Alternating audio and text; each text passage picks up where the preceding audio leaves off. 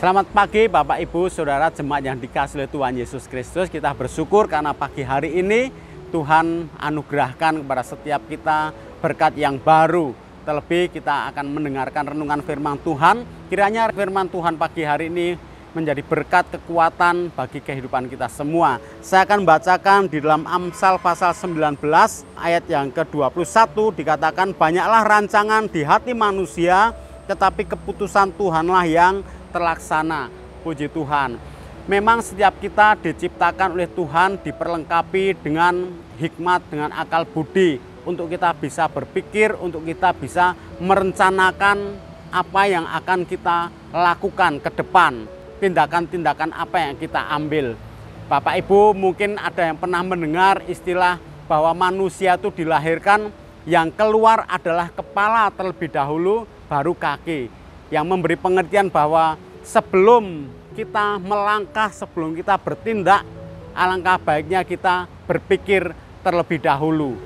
Tapi firman Tuhan katakan bahwa memang manusia memiliki banyak rancangan, tetapi keputusan Tuhanlah yang tetap terlaksana. Oleh sebab itu, apapun yang sedang kita rancangkan, apapun yang akan kita putuskan, mari kita libatkan Tuhan. Kita sertakan Tuhan dalam segalanya. Seperti halnya firman Tuhan di dalam Amsal pasal yang ke-3 ayat yang ke-5, firman Tuhan katakan, percayalah kepada Tuhan dengan segenap hatimu dan janganlah bersandar kepada pengertianmu sendiri. Akulah Dia dalam segala lakumu, maka Ia akan meluruskan jalanmu. Memang setiap keputusan yang akan kita jalani ada Tuhan yang terlibat di dalamnya.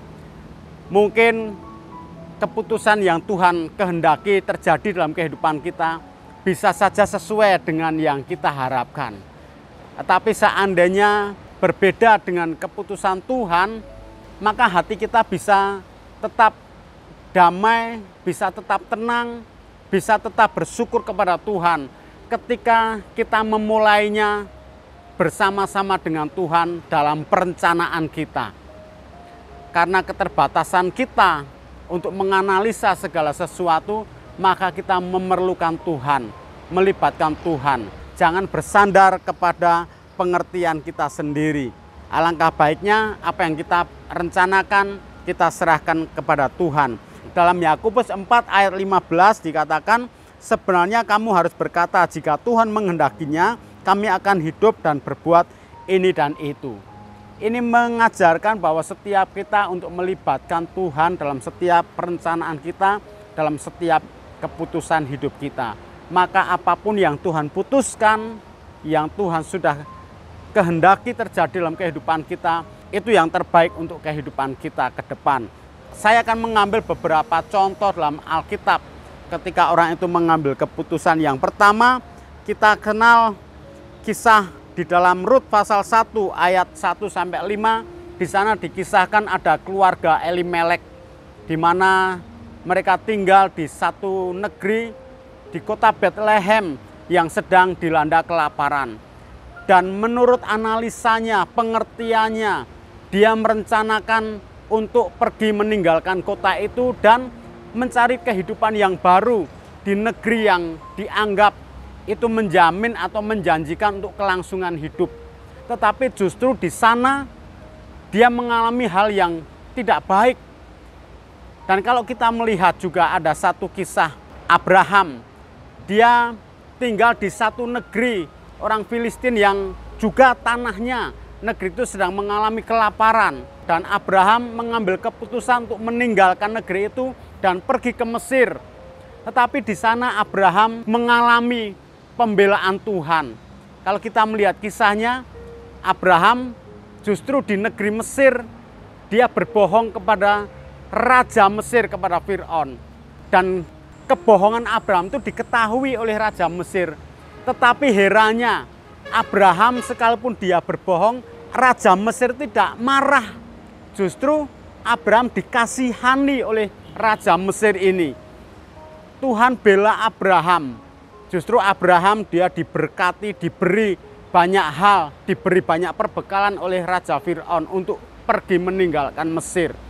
Kalau kita melihat dari kisah ini pasti ada yang melatar belakangi keputusan-keputusan mereka berdua. Abraham waktu itu memang dikisahkan di pasal 12 itu sedang ada di dalam panggilan Tuhan. Abraham sedang menjalani panggilan Tuhan. Tapi kalau kita melihat di dalam kisah Elimelek ini, di ayat sebelumnya, di dalam kitab Hakim-Hakim pasal 21 ayat 25 di sana katakan bahwa setiap orang itu berbuat mengambil keputusannya menurut kebenarannya sendiri. Apa yang dia anggap benar itulah yang dia putuskan. Dan Elimelek kemungkinan dia menjadi korban dari ikut-ikutan karena mungkin juga banyak orang yang melakukan hal serupa. Maka Elimelek mengikutinya. Dan keputusannya bukan berdasarkan bagaimana dia bertanya kepada Tuhan. Karena namanya Elimelek tapi jauh berbeda dengan sikap hatinya. Dari pelajaran dua kisah ini kita bisa belajar untuk kita mari sertakan Tuhan, libatkan Tuhan. Percaya bahwa apapun kondisi yang kita jalani, Tuhan tak berkuasa memelihara kehidupan kita. Kalau dia raja artinya dia penguasa. Kalau alam semesta aja dia atur, terlebih jalan-jalan kehidupan kita dia atur juga. Kalau kita anak-anak Allah, Allah itu Bapa kita, maka Bapa akan memelihara, merencanakan, memberi yang terbaik, menyediakan yang terbaik buat anak-anaknya.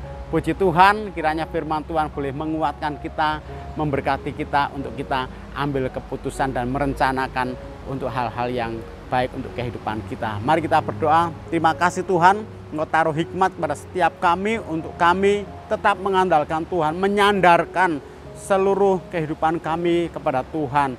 Apapun yang kami rancangkan, biar kehendak Tuhan yang terjadi, rancangan Tuhan yang terjadi. Berkati umat Tuhan sepanjang hari ini, kegiatan aktivitas sepanjang hari ini ada di dalam penyertaan Tuhan. Terima kasih, berkati kami kesehatan, kekuatan, damai sejahtera Allah yang melimpah memelihara kehidupan kami semua. Kami dan keluarga kami diberkati oleh Tuhan. Ini menjadi doa kami masuki hari yang baru mengucap syukur dalam nama Tuhan Yesus Kristus. Haleluya. Amin.